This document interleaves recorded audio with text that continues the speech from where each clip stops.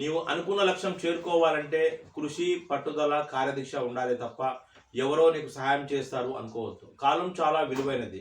నిన్న గతించిన కాలం ఈరోజు తిరిగి రాదు. కాబట్టి కాలానికి చాలా విలువ ఉంటుంది. ఖచ్చితంగా మనం అనుకున్న లక్ష్యం చేరుకోవాలంటే కృషితోటే ముందుకు వెళ్ళగలుగుతాం. చిన్న ఎగ్జాంపుల్, ఒక తండ్రి కొడుకు ఒక గాడిదను కొనుక్కొని వెళ్తుంటే కొందరు జనాలు రోడ్డు మీద చూస్తూ గాడిదను కొనుక్కొని తండ్రి కొడుకు వెళ్తున్నారు, కొడుకు చిన్నపిల్లవాడు నడుచుకుంటూ వెళ్తున్నాడు, గాడిద మీద కూర్చోబెట్టచ్చు కదా అంటే తండ్రి సరే అని ఆ పిల్లవాడిని గాడిద మీద కూర్చోబెట్టి వెళ్తూ ఉంటారు. పొద్దున వెళ్ళాక మరికొంతమంది చూసి ఇదేంది పిల్లవాడు గాడిద మీద కూర్చున్నాడు, తండ్రి ముసలివాడేమో నడుచుకుంటూ పోతున్నాడు, ఇద్దరు గాడిద మీద కూర్చొని పోవచ్చు కదా అంటే ఇది నిజమే అనుకొని ఆ పెద్ద అతను కూడా గాడిద మీద కూర్చొని తండ్రి కొడుకు ఇద్దరు గాడి మీద కూర్చోపోతా ఉంటే కొంత దూరం పోయాక మరికొందరు చూసి ఇదేంది ఆ మూగజీవి మీద ఇద్దరు కూర్చొని పోతున్నారు, వీళ్ళకి ఏమన్నా ఆలోచన ఉందా లేదా అని అనడంతో చాలా బాధపడతారు. అలాగే ఎవరో ఏదో అంటారని మనం బాధపడుతూ ముందుకు పోలేము. ఖచ్చితంగా మన ఆలోచన విధానం మంచిగుంటే ఖచ్చితంగా మన కృషి పట్టుదలతో ముందుకు వెళ్ళాలి తప్ప